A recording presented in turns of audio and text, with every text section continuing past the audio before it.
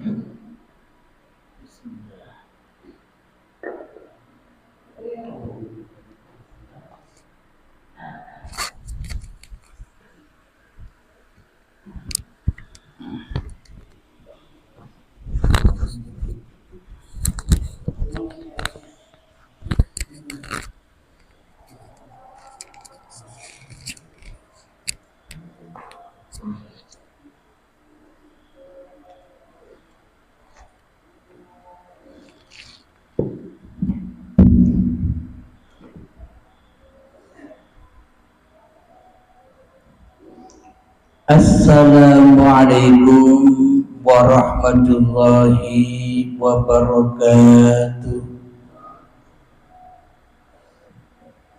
Bismillahirrahmanirrahim.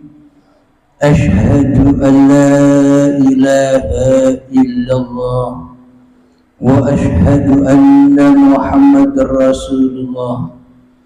Allahumma shalli ala sayyidina Muhammad wa ala ali sayyidina Muhammad. Rabbi israh li sadri wa yassir li amri wahlul 'uqdatam min lisani yafqahu qawli. Amin. Bismillahirrahmanirrahim. Salam hormatku, salam ta'zimku buat para sahabat-sahabat tercinta, baik yang mengikuti pengajian rutinan setiap Sabtu malam Ahad, dan baik pula yang ada di dalam ataupun yang ada di luar negeri. Semoga kita semua selalu di dalam lindungan Allah Subhanahu wa ta'ala. Amin ya rabbal alamin.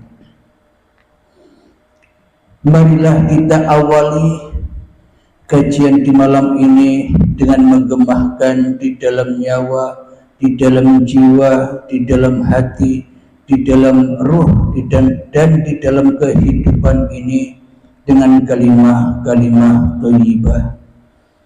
Subhanallah walhamdulillah wa la ilaha illallah wallahu akbar wa la hawla wa la quwwata illa billahil aliyyil azim.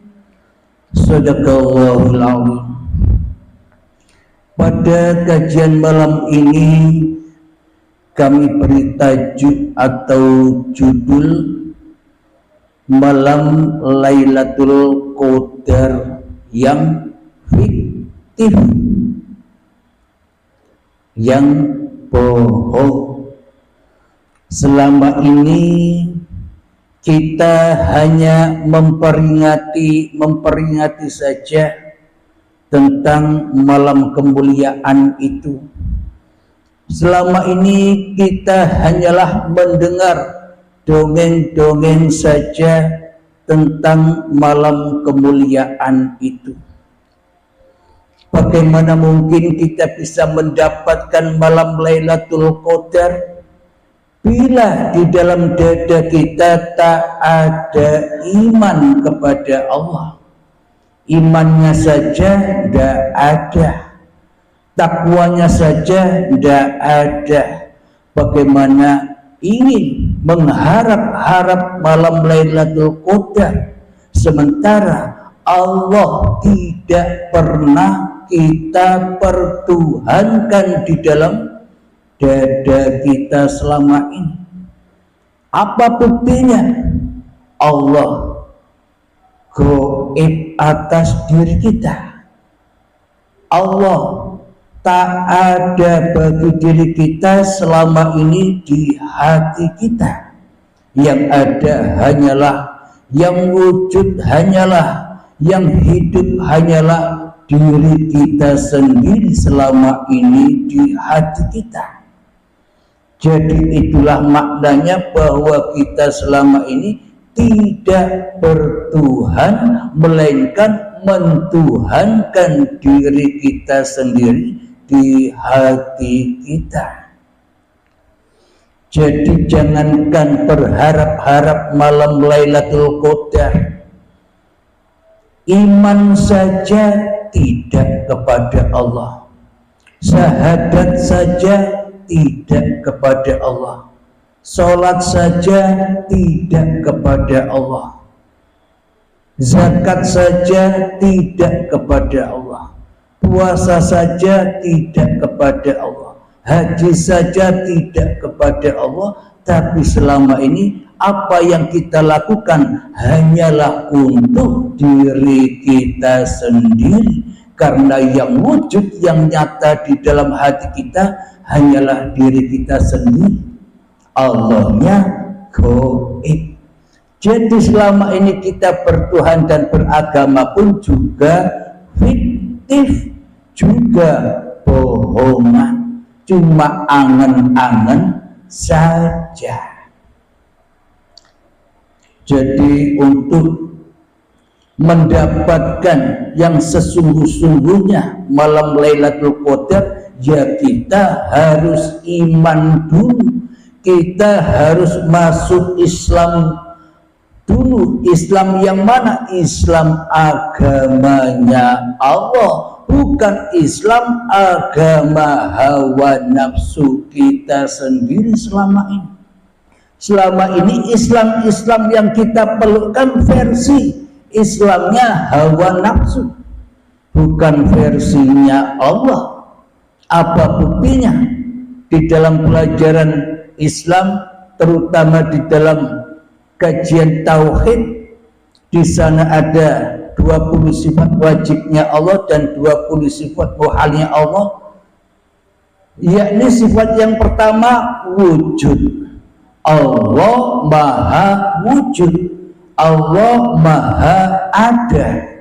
Dan kebalikan di dalam sifat wajibnya Allah adalah sifat muhal, yakni yang selain Allah ada, yang selain Allah tidak ada.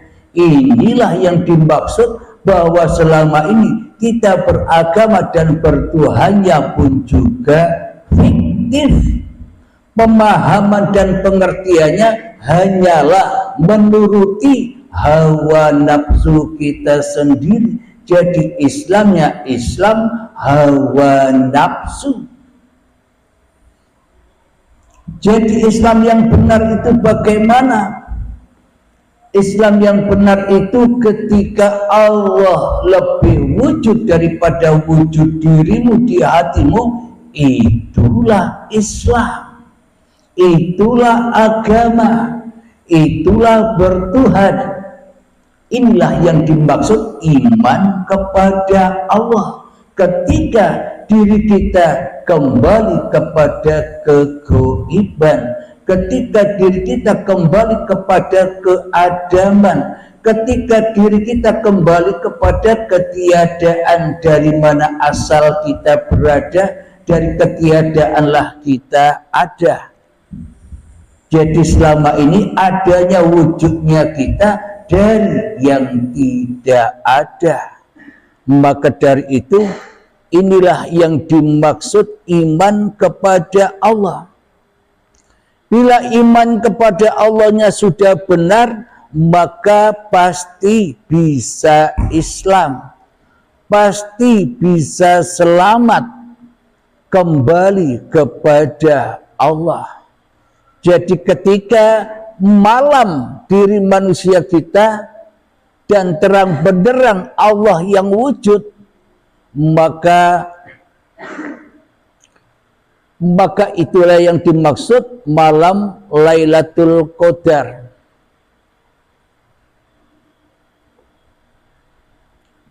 Tanpa mik pendengar ya.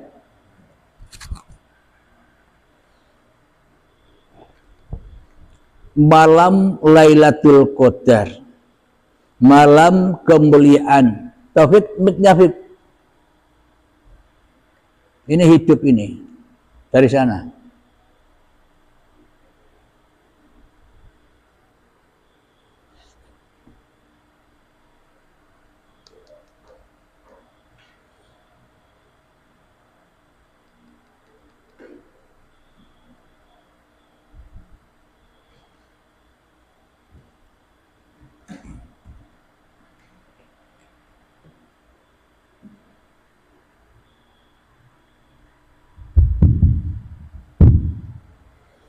Alhamdulillahirabbil alamin. Jadi untuk mendapatkan malam kemuliaan, yakni malam Lailatul Qadar yang diriwayatkan lebih mulia 1000 bulan, seperti usia 83 tahun. Bagaimana mungkin kita bisa mendapatkan malam kemuliaan sementara di dalam dada kita, sementara di dalam hati kita, kita lebih mulia daripada Allah? Apa maksudnya? Kita lebih ada, kita lebih wujud, kita lebih hidup daripada ada wujud dan hidupnya Allah di hati kita. Bagaimana mungkin kita bisa mendapatkan malam kemuliaan sementara Allahnya tidak kita muliakan di dalam dada kita? Jadi untuk mendapatkan malam Lailatul Qadar, malam kemuliaan, maka muliakanlah Allah dahulu. Nyatakan wujud, hidupkan Allah dahulu daripada kenyataan kita, daripada kewujudan kita, daripada kehidupan kita di hati kita. Itulah yang dimaksud malam Lailatul Qadar. Ketika wujud hidup diri manusia kita sudah malam, sudah tidak ada, sudah gelap kemanusiaannya, sudah gaib kemanusiaannya, sudah tak ada kemanusiaannya, maka la ilaha illallah. Itulah yang dimaksud malam Lailatul Qadar. Jadi malam itu maknanya apa? Ketika diri kita malam, tidak ada di hati kita, yang ada hanya Allah, itulah malam Lailatul Qadar, malam kemuliaan. Ketika terang benderang Allah sebagai Tuhannya diri manusia kita, dan ketika diri manusia kita kembali kepada Allah.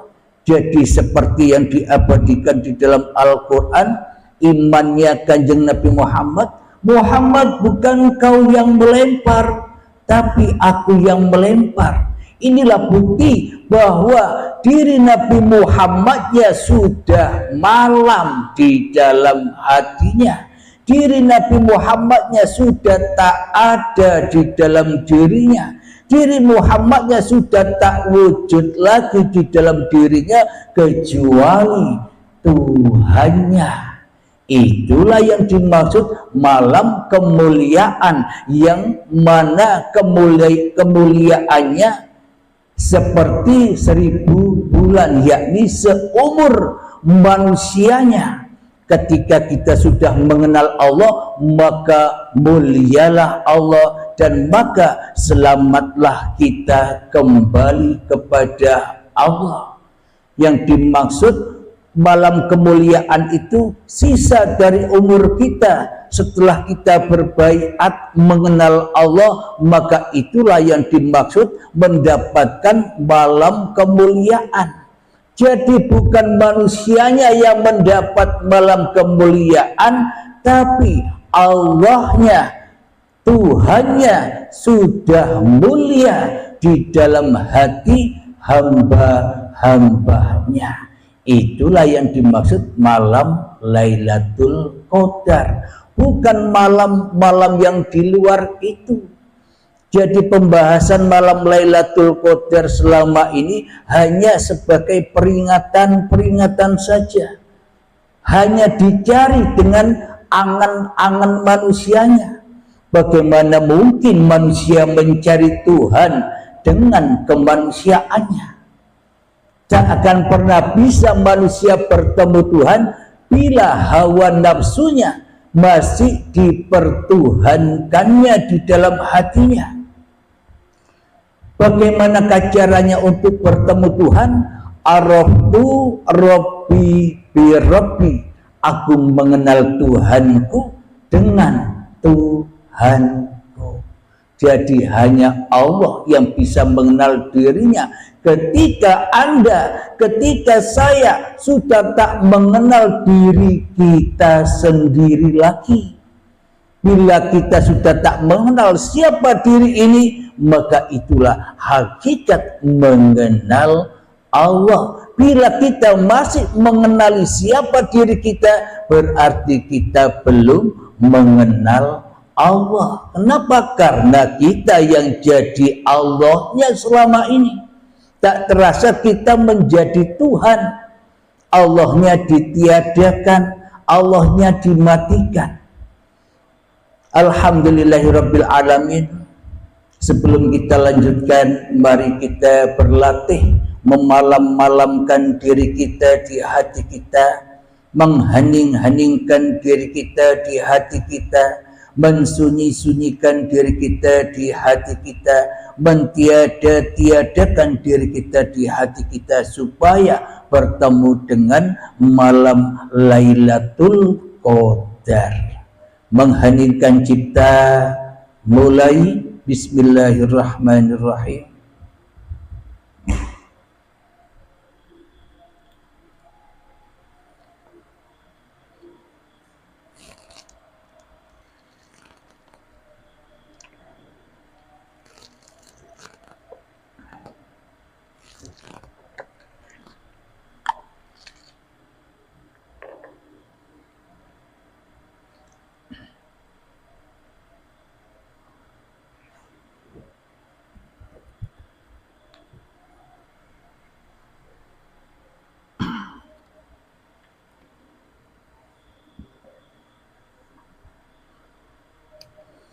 Alhamdulillahirabbil alamin.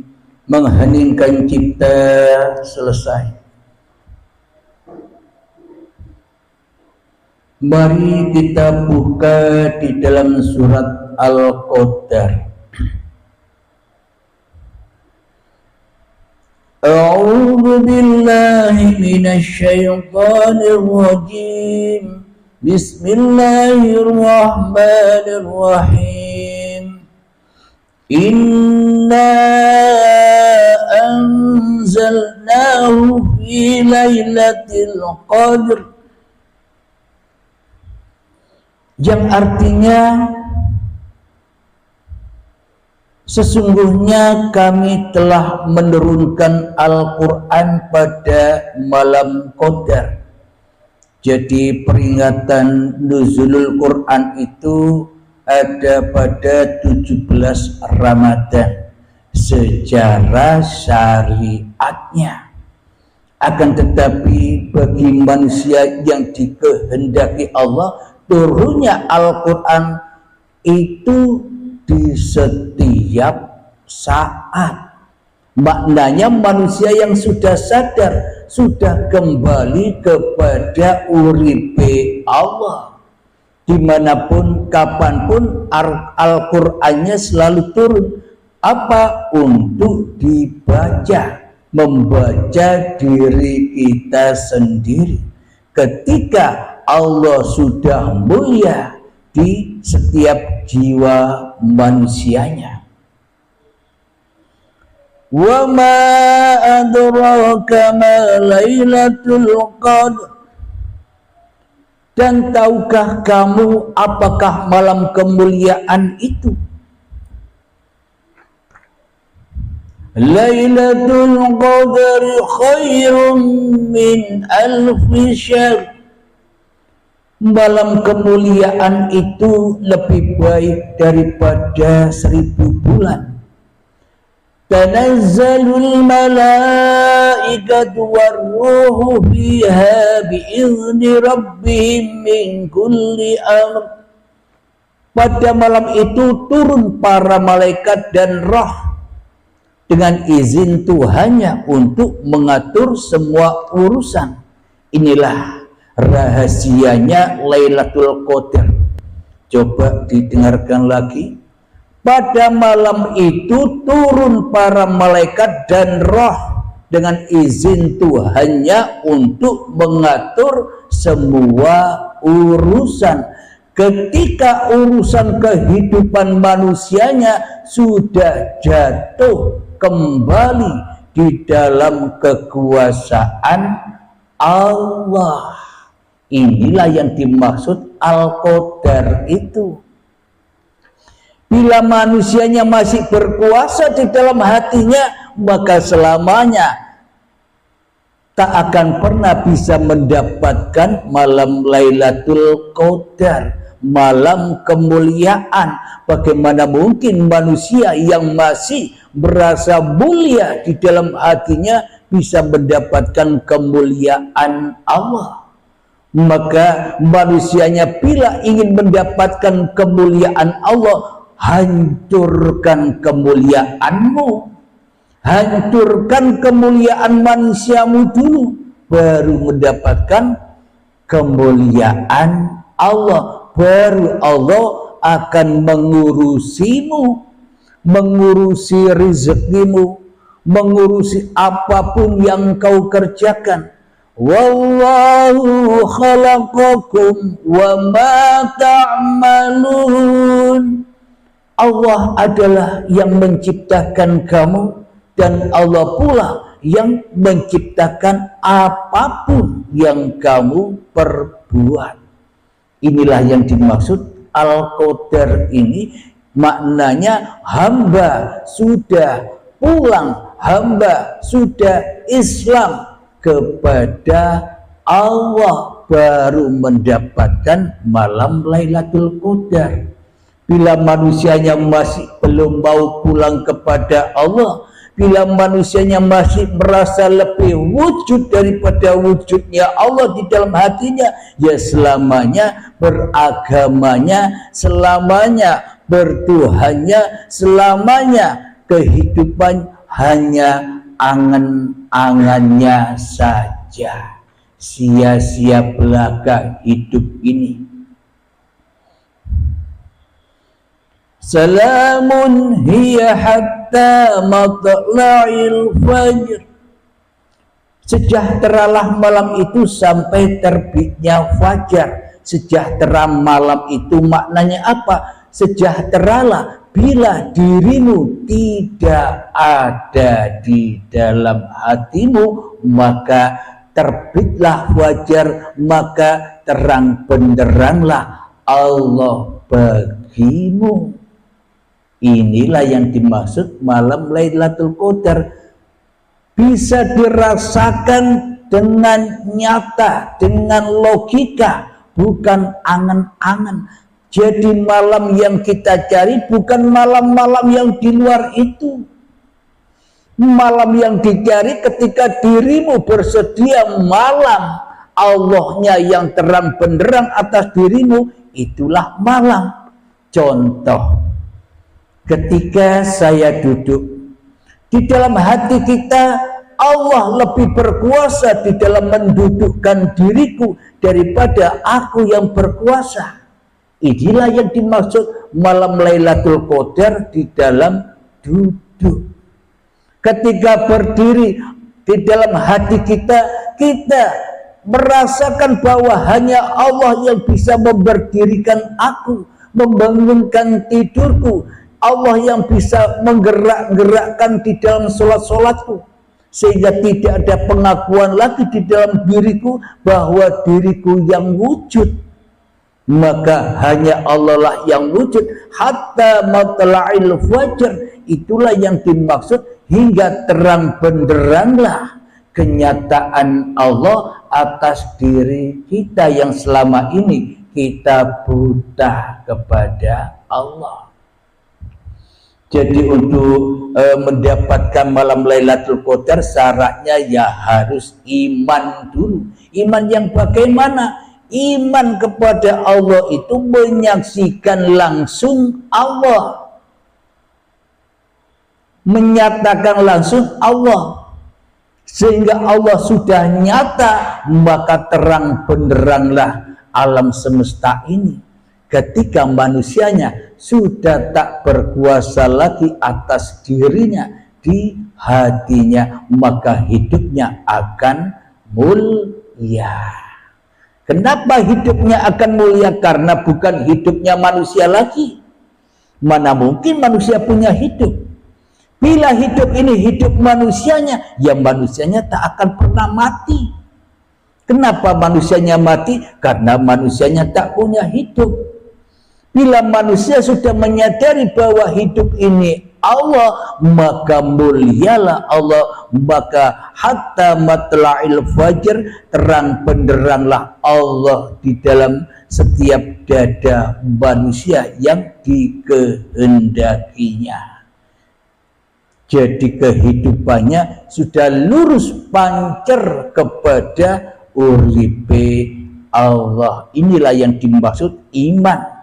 Maka bila iman kita sudah begitu, pasti Islam, pasti bisa syahadat, pasti bisa sholat, aqimis sholata bizikri, bahwa sholat itu mengingat aku. Ketika duduk aku mengingat bahwa Allah yang mendudukkanku, itulah sholat yang sebenar-benarnya sholat. Di dalam sholat 5 waktu kita diajari supaya kita tidak jadi Tuhan, supaya kita rela ridho mati demi Allah di dalam sholat 5 waktu itu. Tapi kita selama ini apa yang kita lakukan? Allahnya tambah mati, kitanya tambah hidup, merasa bangga dengan ibadah-ibadah kita, merasa mulia dengan ibadah-ibadah kita. Itulah iman yang terbalik. Mestinya Allah yang wujud, loh kok Allahnya ndak ada. Mestinya manusianya yang tak wujud, oh kok ada manusianya. Berarti imannya kebalik. Kenapa? Masih mengikuti, masih menjadikan pemimpin-pemimpin iblis dan setan di dalam dadanya, sehingga di dalam kehidupannya selalu dirasuli, selalu diutus, selalu disuruh-suruh oleh iblis dan setan daripada menjadi Rasulullah. Maka dari itu Nabi Muhammad diturunkan ke dunia untuk sebagai contohnya manusia, supaya manusia kembali kepada Tuhannya, dan tujuannya seluruh manusia agar menjadi kembali menjadi rasul-rasulnya Allah, menjadi khalifahnya Allah. Jadi mengikuti Allah, tidak mengikuti setan. Jadi Nabi Muhammad, bila kita tidak mencontoh isi hatinya Nabi Muhammad, bila kita tidak mengikuti uripe Allah yang menghidupi Nabi Muhammad, ya selamanya kita tak akan pernah berjumpa Allah dan berjumpa Rasulnya. Jadi kalau imannya sudah begini, inilah yang dimaksud ketemu Allah dan ketemu Nabi Muhammad. Ketemu apanya? Bukan ketemu dohirnya, tapi ketemu siapa yang menghidupi Nabi Muhammad. Lebih penting mana? Ketemu raga dengan ketemu hidup. Jadi lebih penting ketemu hidup yang menghidupi Nabi Muhammad Sallallahu Alaihi Wasallam daripada ketemu raganya, ya enggak? Tanpa hidup tak ada raga, dengan hidup adalah raga. Terlahirlah raga-raga ini. Maknanya syahadat itu adalah manusianya sudah kembali kepada Allah, yang menyaksikan hanya Allah.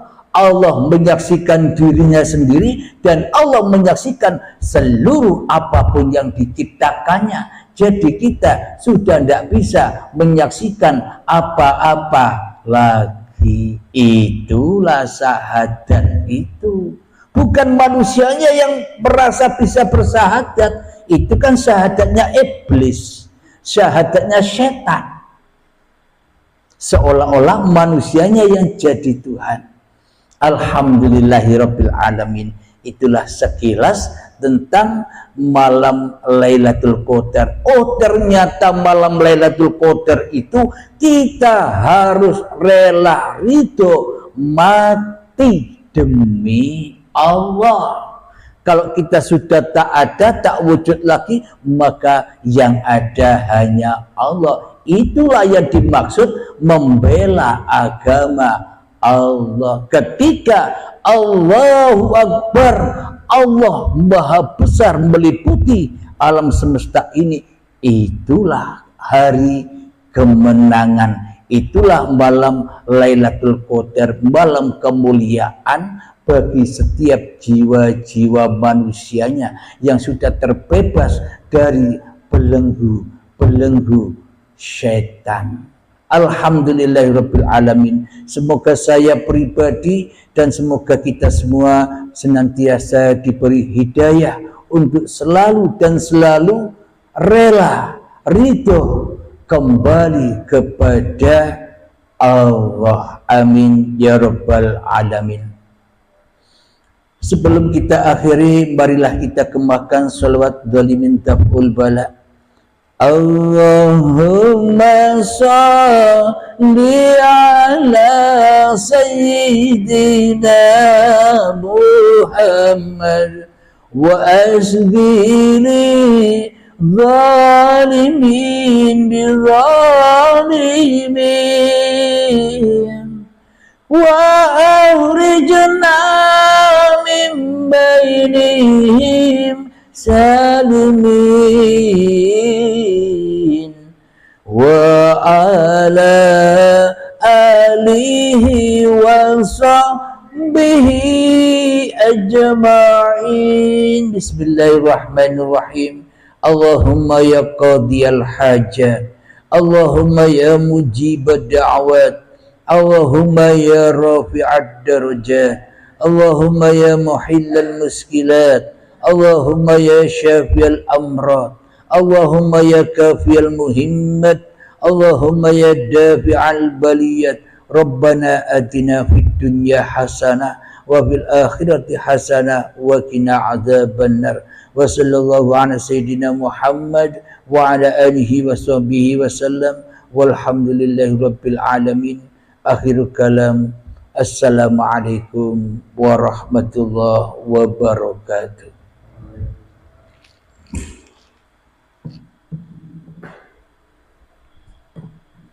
Alhamdulillah, diminum. Kemana kopinya itu?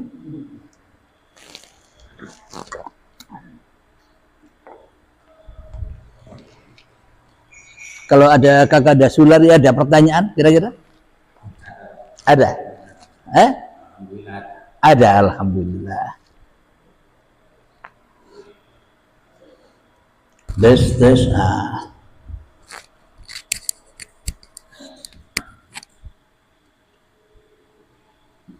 Alhamdulillah.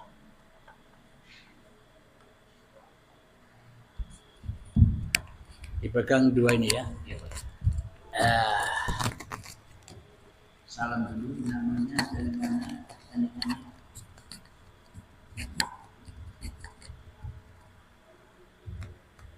Assalamualaikum warahmatullahi wabarakatuh. Waalaikumsalam warahmatullahi wabarakatuh. Nama Sukardiono, Pak. Desa Tanjung Ibus, Kecamatan Secanggang. Adapun pertanyaan Sular adalah apa perbedaan Allah dengan Tuhan? Itu yang pertama. Yang kedua, Bismillahirrahmanirrahim itu kan sudah lazim, Pak, ada di Al-Quran.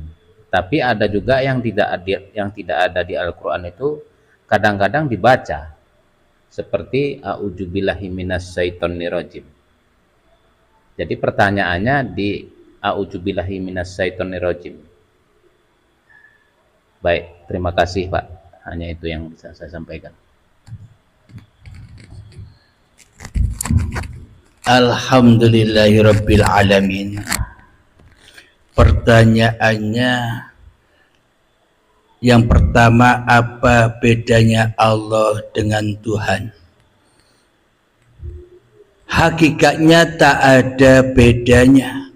Maknanya Tuhan di dalam agama Islam namanya Allah. Tuhan umat Nasrani namanya Allah atau Bapa. Tuhannya orang Kejawen Gusti. Yakni semua nama itu bila dilebur dikembalikan kepada uripe Allah, maka tak ada nama lagi. Jadi semua itu hanya istilah-istilah supaya menggampangkan umat-umatnya untuk menyebut Tuhannya.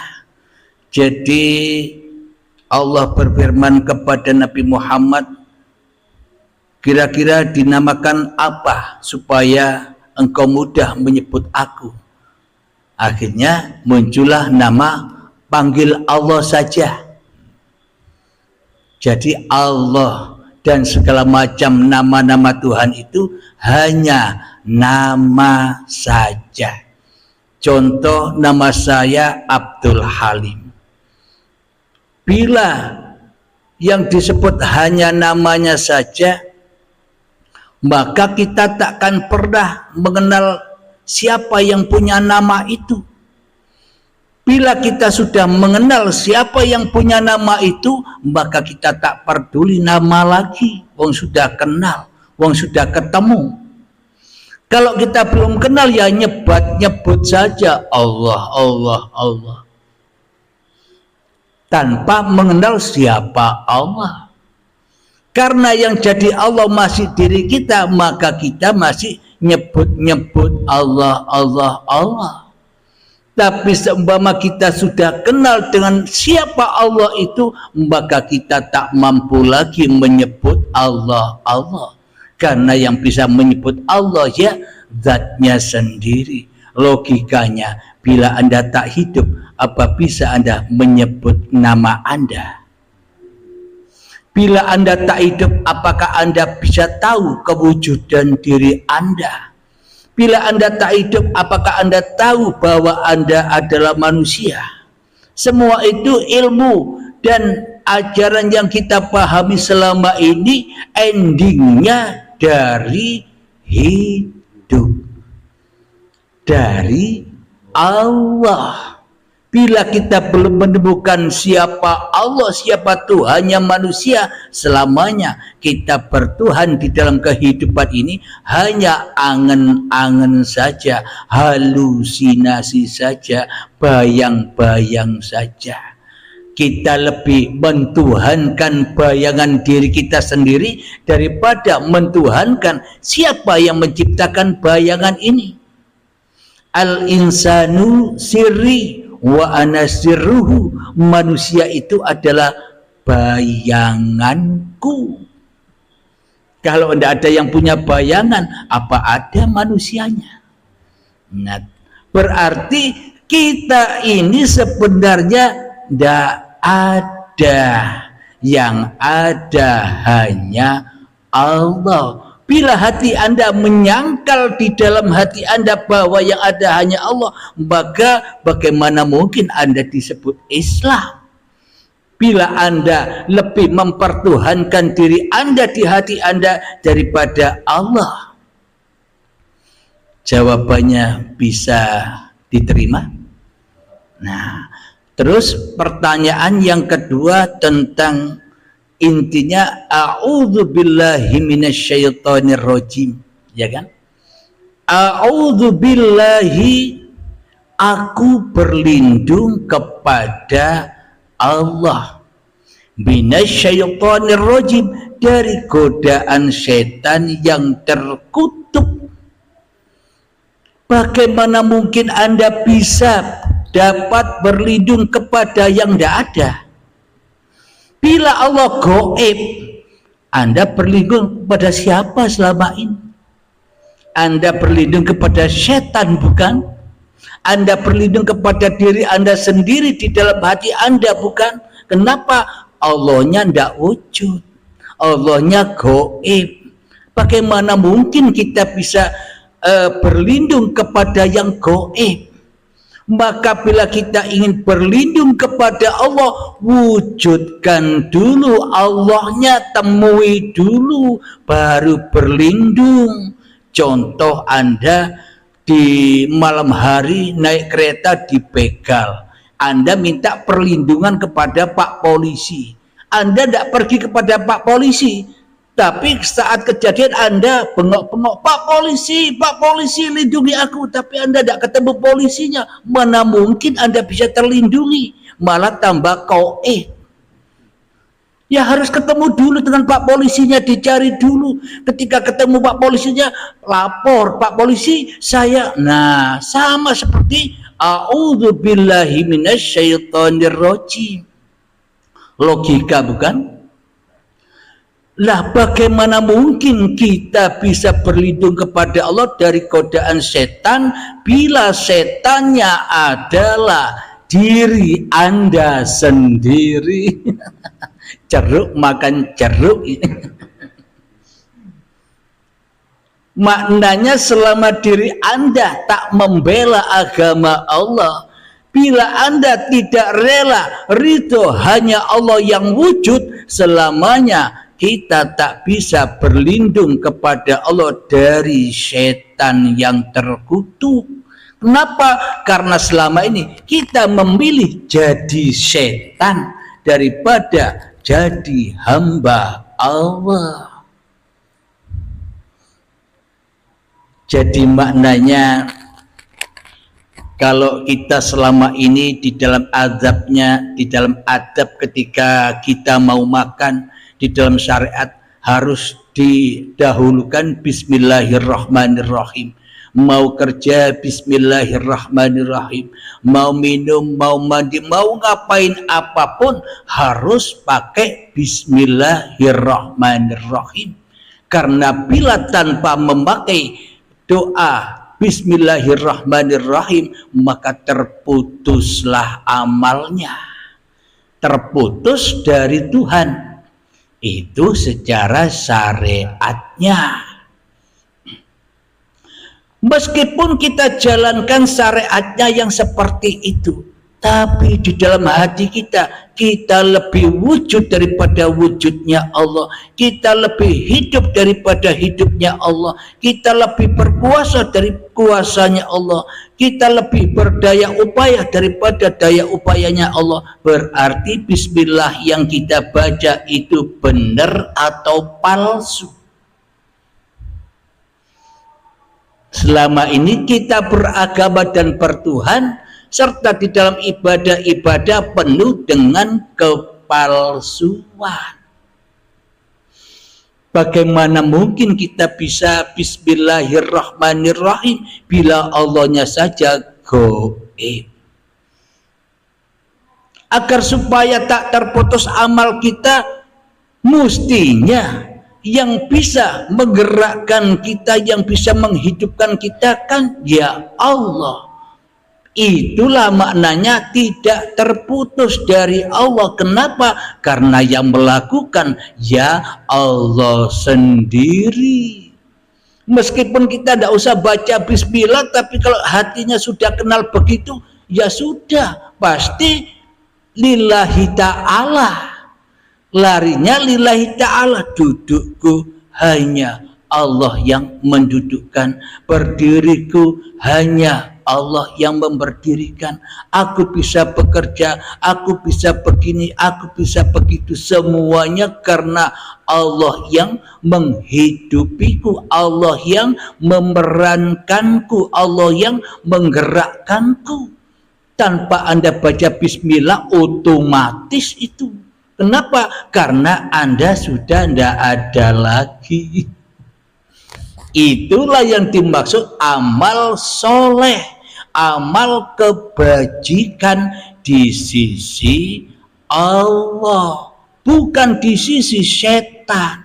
Selama ini kan kita hanya memperhatikan amal soleh, itu amal solehnya iblis dan setan. Kelihatannya orang kan hanya memandang raganya, oh ahli ke masjid, oh ahli ibadah, oh ahli ngaji, itu kan raganya. tapi jiwanya kita tidak tahu di dalamnya itu ada pamer, ujub, ingin dipuji, ya kan? Bila masih ada manusianya, jangan berharap bisa selamat, karena manusianya tempat kesalahan. Bila tak ingin salah, ya jangan jadi manusia. Pulang saja ke asalnya. Kemana? Ke goiban. Ganti. Oh, sekarang Allah yang wujud, aku tak goib dulu. Nah, baru itulah amal soleh, amal yang dituhani oleh Allah sendiri. Bila manusianya masih merasa beramal, ya bukan amal soleh, itu maksiat. Jadi kita ingin berlindung selalu kepada Allah. Ketika kita duduk agar kita dilindungi Allah, ketika kita merokok agar dilindungi Allah, ketika kita ngopi agar dilindungi Allah. Jangan merasa dirimu yang bisa itu semua. Baru mendapat perlindungan Allah, hidup akan damai, enjoy, seneng-seneng wae. Kenapa? Karena kita dijaga Tuhan, bukan kita yang menjaga Tuhan. Kalau kita yang menjaga Tuhan, ya kita dikasih azab oleh Tuhan. Kenapa? Kita sok jadi Tuhan. Masa Anda, contoh Anda buat kue dari air, tepung, gula, setelah kuenya jadi, apakah kue bisa menjaga Anda? HP Anda yang Anda pegang itu loh, bisa jaga Anda. Anda yang harus jaga HP. Kalau HP Anda tidak dijaga oleh Anda, HP Anda ya hilang. Maka harus dijaga terus. Tidak mungkin HP-nya jaga orang yang punya HP. Tidak mungkin manusia jaga Tuhannya lewat sholatnya, lewat amalnya. Tidak mungkin. Maka untuk kembali kepada Allah, yakni harus iman kepada Allah. Maknanya iman itu kita sudah merasakan di dalam hati kita bahwa hanya Allah lah yang wujud daripada diri kita sendiri. Tapi jangan salah paham. Bila Anda sudah tahu, mendengar bahwa hidup ini Allah, oh berarti aku Allah, aku berkuasa. Nah, ini kan yang salah paham. Kalau aku Allah, buat apa aku sholat? Kalau aku Allah, buat apa aku ibadah? Bagi orang yang tidak paham. Jadi maksudnya, bila belajar ilmu hakikat dan makrifat itu wajib harus meninggalkan syariat. Bukan syariat itu saja yang ditinggal. Sejak bangun tidur sampai tidur lagi, apapun yang dikerjakan di dalam kehidupan ini, tinggalkan semua. Maknanya, jangan diaku-akui Anda yang ada. Ketika sholat, hati Anda dikehendakkan oleh Allah, dikehendaki ayo sholat. Sholat, Allahu Akbar. Allah yang Maha Akbar. Manusianya mati. Ketika Allahu Akbar kan lambangnya apa kan? Disuruh mati. Tapi selama ini kita tidak mau mati. Allah saja yang mati. Aku hidup kan, ya kan? Tidak terasa kita selama ini salah di dalam beragama dan bertuhan. Kenapa kita salah di dalam beragama dan bertuhan? Kita lebih membela setan daripada membela Allah. Setan kan mengaku dirinya lebih mulia dari Adam, sombong. Malaikat yang suci saja sujud kepada Adam. Apa maknanya? Malaikat itu sudah mengakui di dalam hatinya bahwa di dalam hatinya hanyalah wujudullah. Malaikatnya Adam. Tidak ada itu yang dimaksud sujud itu. Tapi setannya tidak mau. Tidak, aku saja yang wujud, engkau saja yang gaib ya Allah. Aku ini wujud kok. Badanku, hidupku, apa yang kulakukan wujud semua, sementara engkau tak wujud. Nah, inilah yang dimaksud setan yang tak mau bersujud kepada Adam. Orang yang tidak mengenal asal usulnya. Asal usul seluruh manusia kan awalnya ndak ada, terus ada, kembali tak ada lagi. Nah, itulah yang dimaksud a'udzu billahi minasyaitonir rajim. Bila sudah mengenal Allah, pasti semuanya teraplikasi meskipun kita meneng wae. Wong kita sudah dijaga Tuhan, yo enjoy wae. Beda dengan orang yang menjaga Tuhan, yang banyak aturan-aturannya. Mau masuk kamar mandi, doanya ini, keluar ini, waduh, bingung ngafalke. Tapi kalau sudah tahu siapa yang membawa kita masuk ke kamar mandi, sudah menyadari, sudah selesai. Oh, yang mentuhaniku hanya Engkau ya Allah. Aku rela, ridho kemanapun Kau bawa aku. Sama dengan baju-baju Anda ini loh. Baju itu kan milik Anda. Pasti baju itu rela, ridho. Anda pergi kemana saja, ikut saja. Tidak akan melawan baju Anda. Kenapa? Karena baju Anda. Nah, alhamdulillah. Tapi selama ini di dalam praktek kehidupan beragama dan bertuhan kan kita selama ini selalu melawan Allah. Katanya Allah di atas. Di atas langit. Loh, kalau Allah di atas langit, ya mana mungkin kita ada? Wong kita diwujudkan Allah. Kalau Allah di atas langit, ya pasti kita yang tidak ada. Ya enggak? Logika enggak? Masa kita selama ini jadi sendiri tanpa Tuhan? Berarti kalau kita selama ini seolah-olah jadi sendiri, apa buktinya? Anda duduk seolah-olah Anda bisa duduk sendiri, Anda sholat, Anda bisa sholat sendiri. Itu kan berarti selama ini iman kita merasa kita ini hidup sendiri, jadi sendiri tanpa Tuhan, ya enggak? Itu yang kita tidak sadar selama ini. Sehingga mengatakan Allah tak bisa berkuasa atas diriku. Seolah-olah kita melakukan semua atas kehendak diri manusia kita. Bagaimana itu dikatakan bertuhan? Wong Tuhannya tidak ada. Berarti apa bedanya kita dengan Fir'aun dulu? Sama. Jadi agama dan pertuhan hanya selimut saja agar manusia tidak menghina kita. Jadi untuk tebeng aling-aling wae. Padahal di dalam hati kita selama ini masih ateis. Untuk menutupi keateisan kita. Selama ini agama dan pertuhan. Kita sholat untuk menutupi ateis kita. Buktinya apa? Di dalam sholat Anda tidak ketemu Allah. Anda ketemu apa yang Anda cintai, urusan dunia. Allahu Akbar, badannya ditinggal, masjidnya ditinggal. Anda di sini saja ya, saya tak keluar cari dunia. Badannya disuruh ke masjid, jiwanya keluar dari masjid, kan tidak sholat, kan menghina Allah, ya enggak? Maknanya sholat itu apa? Kita disuruh lebur di dalam dada kita sehingga kita tidak ada lagi, yang ada hanya Allah. Itu makna sholat. Itulah yang dimaksud Lailatul Qadar tadi itu. Jadi ini sudah kenyataannya, bukan lambang-lambang lagi. Di mana Lailatul Qadar itu? Ketika Anda sudah tidak ada lagi, itulah Lailatul Qadar. Hanya Allah yang ada, hanya Allah yang mulia.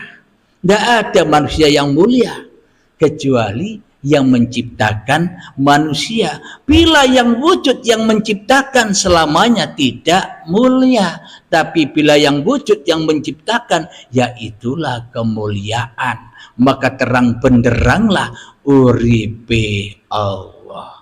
Alhamdulillahirabbil alamin. Ada pertanyaan lagi, mas-mas yang baru ini? Ayo silakan, jangan malu-malu.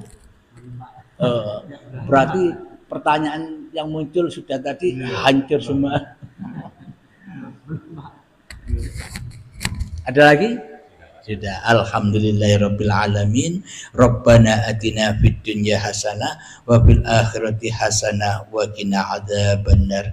Assalamualaikum warahmatullahi wabarakatuh.